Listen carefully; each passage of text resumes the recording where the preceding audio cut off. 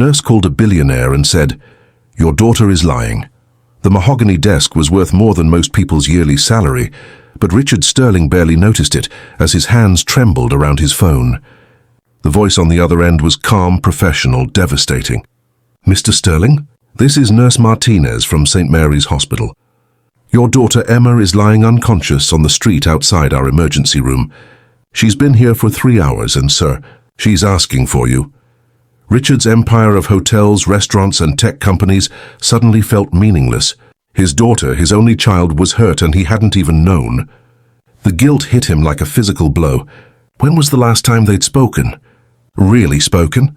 2 months ago, 3. If this story touches your heart, please like this video and subscribe to Billionaire in Love for more inspiring stories that will change how you see the world. Your support means everything to our community. The 15-minute drive to St. Mary's felt like hours. Richard's mind raced through memories. Emma's first steps in his corner office when she was 2, her college graduation, where he'd missed her speech for a conference call, the look in her eyes last Christmas when he'd answered his phone during dinner for the 5th time. He'd built an empire but somehow lost his daughter in the process. St. Mary's Hospital wasn't in the best part of town.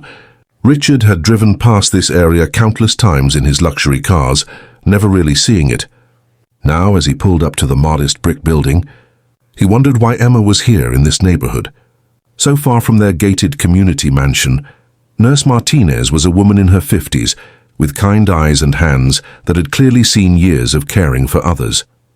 She led Richard through corridors that smelled of disinfectant and hope. "She was found collapsed outside our hospital," she explained. "Dehydration, exhaustion, malnutrition. Mr. Sterling, when was the last time you saw your daughter?" Richard's throat tightened. It's been a while. We've both been busy." "Busy?" Nurse Martinez stopped walking and turned to face him. Her expression wasn't judgmental, just sad. "Mr. Sterling, your daughter has been volunteering here every day for the past 6 months. She comes at dawn and works until midnight, helping patients, cleaning rooms, holding hands with people who have no one else. She never mentioned her father was Richard Sterling, the billionaire. She just said she was Emma and she wanted to help." The words hit Richard like a punch to the stomach. His daughter, his brilliant, beautiful daughter, who had graduated summa cum laude from Harvard, was working as an unpaid volunteer in a struggling hospital. While he'd been closing million-dollar deals, she'd been holding the hands of dying strangers. They reached Emma's room, and Richard's knees nearly buckled. She looked so small in that hospital bed, her usually vibrant blonde hair matted against the pillow, dark circles under her closed eyes. She'd lost weight. Too much weight. An IV drip fed nutrients into her pale arm. She collapsed from exhaustion. Dr. Williams, a tired-looking man in his 40s, explained. "We've run tests. She's severely malnourished and dehydrated. Has she been eating properly? Where has she been living?" Richard realized with horror that he didn't know. He'd been sending her monthly allowances to her apartment, but he'd never visited. Never checked if she was actually living there. "I don't know," he whispered, the admission tasting bitter. Nurse Martinez pulled up a chair beside Emma's bed. "She's been sleeping in the hospital break room most nights. Said her apartment was too empty, too quiet. She'd rather be here where she felt needed." She looked at Richard with something between pity and anger. "Your daughter has been trying to fill a void. Mr. Sterling, she's been giving love to everyone except herself because she's forgotten what it feels like to receive it." Richard sank into the chair, reaching tentatively for Emma's hand. It was cold, fragile. He remembered when those same hands were chubby and small, reaching for him to be picked up. When had he stopped picking her up? When had he stopped being her hero? The challenges began immediately. Emma woke up 2 days later, and when she saw Richard, her first words weren't "Dad" or "I love you." They were, "What are you doing here?" The distance between them felt like a canyon. "I came as soon as I heard," Richard said softly. Emma turned her face away. "Let me guess. You heard your daughter was making a scene at some charity hospital, and it might hurt your image." The words stung because there was a time when that might have been true. "No, sweetheart. I heard my daughter was hurt and nothing else mattered. Nothing else has mattered for 26 years, Dad. Why start now?" The next weeks were the hardest of Richard's life, and that was saying something for a man who'd built his fortune from nothing. He'd cleared his schedule, something that hadn't happened in 2 decades, and moved into a small apartment near the hospital. His assistants were baffled. His business partners were furious, for the stock price of Sterling Industries dipped. Richard didn't care. He learned that Emma had been volunteering at St. Mary's because she'd met Mrs. Rodriguez, an elderly woman with no family, during a random hospital visit months ago. Mrs. Rodriguez had taken one look at Emma's expensive clothes and sad eyes and said, "Mija, you look like you need someone to need you." It had changed Emma's life. She saw right through me.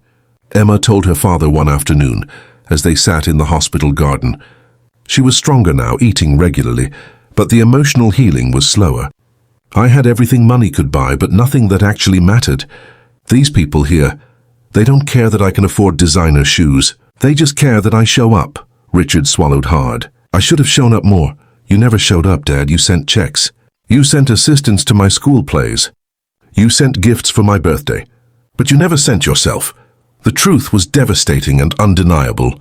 Richard had spent so much time building his legacy that he'd forgotten to build a relationship with the person who mattered most. He'd been a provider but never a father. The turning point came 3 weeks later. Richard was reading to Mr. Johnson, a veteran with no visitors, when Emma walked in. She stopped in the doorway, surprised to see her father there. Richard had been coming to the hospital daily, not just to see Emma, but to understand what had drawn her there. "He likes mystery novels," Emma said quietly, joining them. "I was just getting to the good part." Richard smiled, and for a moment Emma smiled back. It was small, tentative, but it was real.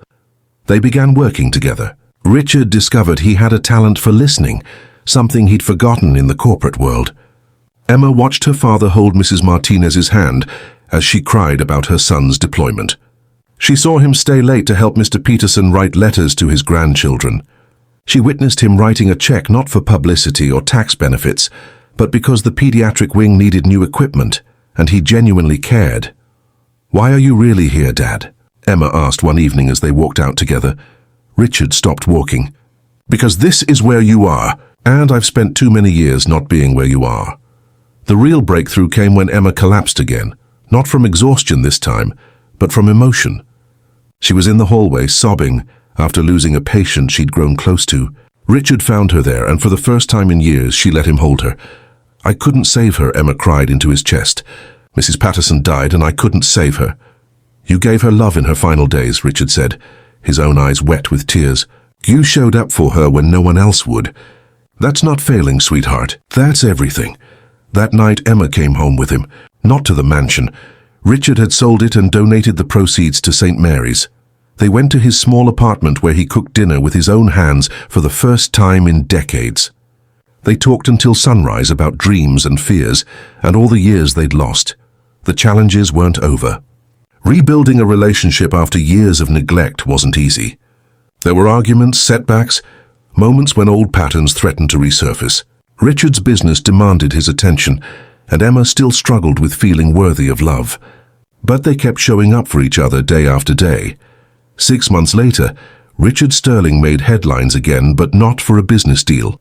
He announced the Sterling Foundation for Community Healthcare, with Emma as its director. Together, they would fund small hospitals, train volunteers, and ensure that places like St. Mary's could continue their vital work. At the press conference, a reporter asked Richard about his dramatic life change. He looked at Emma, standing proud beside him, healthy and radiant and happy, and smiled. "I spent 30 years building an empire," he said, "but I almost lost the only thing that truly mattered. My daughter. Success isn't measured by your bank account or your stock price. It's measured by the lives you touch and the love you give. I'm grateful every day that I got a second chance to be the father Emma deserved." Emma squeezed his hand. "And I'm grateful I got a dad who was willing to change." The story of Richard and Emma Sterling became more than just a tale of reconciliation. It became a reminder that it's never too late to choose love over ambition, presence over presence, and relationships over recognition. Their foundation grew into a nationwide network, but more importantly, their bond grew stronger every day. Richard learned that the greatest wealth isn't what you accumulate, but what you're willing to give up for the people you love. Emma learned that she was worthy of love, not because of what she did, but because of who she was. And in the halls of St. Mary's Hospital, where their healing began, Patients still tell the story of the billionaire who found his daughter and lost himself in the process, only to discover that was exactly what he needed to find his way home. If this story moved you, please take a moment to like this video. Share it with someone who needs to hear this message. Comment below about your own experiences with family relationships, and don't forget to subscribe to Trillionaire in Love. Your engagement helps us share more stories that remind us what truly matters in life. Thank you for being part of our community, and remember, it's never too late to choose love.